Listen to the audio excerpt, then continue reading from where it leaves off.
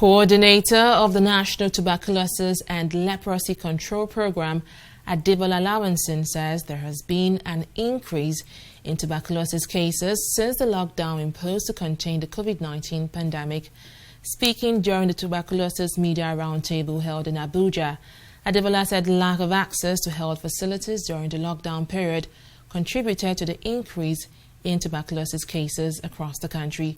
Now, to address this, she urged governments at all levels to increase tuberculosis case finding, stressing that the community approach in combating COVID-19, which entails contact tracing, should be effectively adopted in tracing tuberculosis patients. Adebola also called for increased budgetary allocation to address tuberculosis across the country.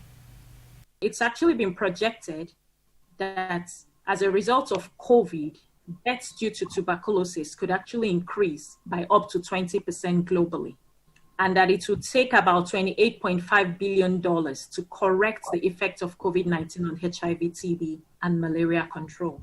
So we're going to need the highest level of political commitment, as well as commitment across all levels of all the people who work in the health sector, as well as people outside the health sector. So while we focus on COVID, we need to also remember that we have other deadly diseases that are actually out there spread and are even being enabled further by COVID-19 epidemic.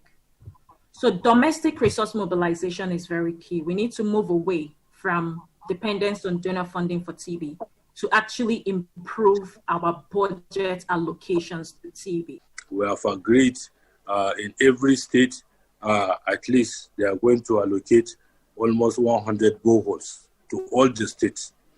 And then we also want to use the opportunity in our next meeting so that we will emphasize to the governors forum so that they could be able to also provide them with good water, because these are the some of the problems